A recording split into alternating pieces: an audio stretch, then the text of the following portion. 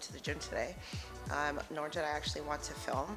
But I realized that one, my calendar said that I have to film. I put it into my calendar because consistency is key, and what it is that we want to do with what it is that we want to do with building this community is very like the vision. The vision is there. But I wanted to just like pop on and just realize and show you the reality of like what really goes through my mind and what probably goes through your mind as well when you wake up and you're just like, I know I have to go, but I don't want to go. And I was like this close to literally just being like, nah, I'm just going to stay home. But then something hit and said, go to the gym, move your body.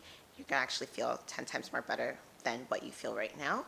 And your day is going to go so much more smoother. So I'm going to head to the gym. I'm going to film what I'm doing for this day because you guys need this day to actually see for the last day of this program.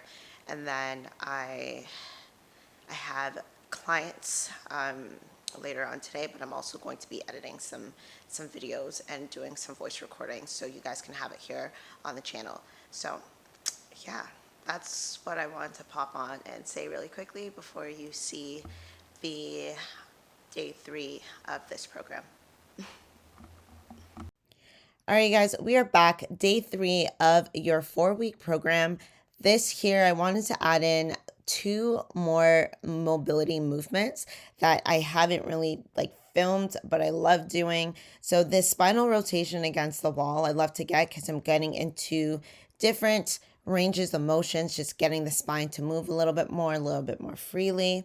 And then I come into these hip cars against the wall. I hit my toe on the stepper and it really hurt. But with this movement, you really want to push yourself away from the wall and getting into a full range of motion in these hip cars. And I added the stepper just to get a little bit more range of motion there. So again, I'm going to hit a link into this video so you guys can do your mobility, either 5, 10, or 15 minutes. Okay, let's get into our first superset, lateral raise shrimp squats with floor push-ups. In this movement, you do not need to use weights. You can use a wall, you can use TRX, or if you're choosing to start off with weights, start off with 2 pounds, maybe a 1 pounder, 5 pounder. I am using 8 pounds because this is my happy medium. 5 would have been too light and 10 would have been too heavy. So 8 was perfect. Now setup. I like to start on the ground just so I can find my spacing for this movement. As I drive my hips back, my arms are going to come up at the same time, keeping my core engaged and trying to have a nice neutral spine. As I drive myself up, I am focusing on pushing my heels through the floor and coming up nice and tall and owning the movement. This is a unilateral movement, so you will find that one side is stronger than the other. That is okay because where there is opportunity, there will be growth. We are supersetting with floor push-ups. Sometimes you got to dance it out just so you can get mentally ready. But this is going to be starting in a prone position, chest to floor. Hands are going to come out to your side, away from the floor, and you're going to press into the ground, creating full body tension, squeezing your bum, thinking dollar bill between the butt cheeks as you come up into your plank, holding at the top for about 2 seconds, and then bending at the elbows back to your starting position. Before we get into our next superset, I just want to say you don't actually need the band. I thought I needed it, but then I realized what exactly that we are getting ourselves into.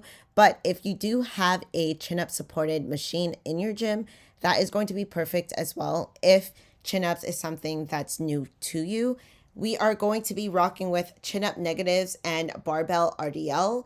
As you can see here, I'm setting up for the barbell prior to getting into our negative chin-ups.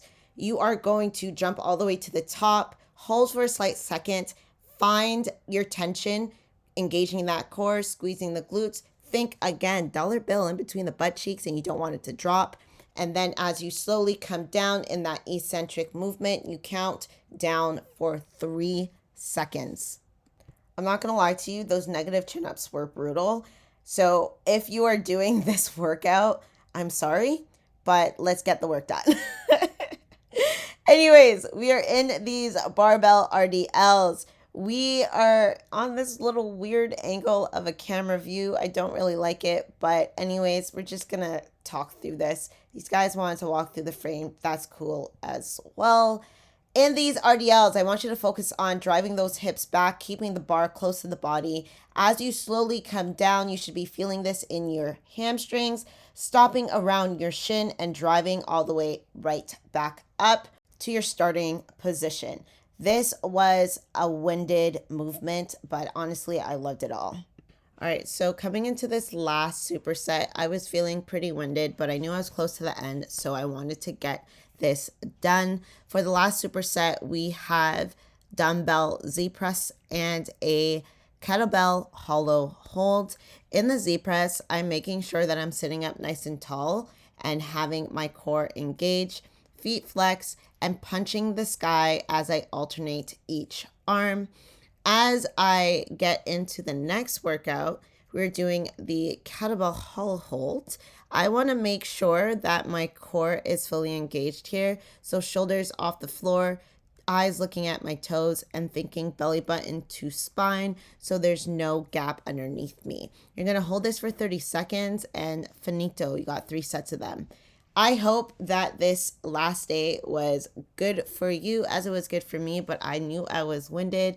Don't forget to like, subscribe, leave a comment, and send this to your friend. We are going to do a check-in at the end of the month. All right, guys, see you guys later.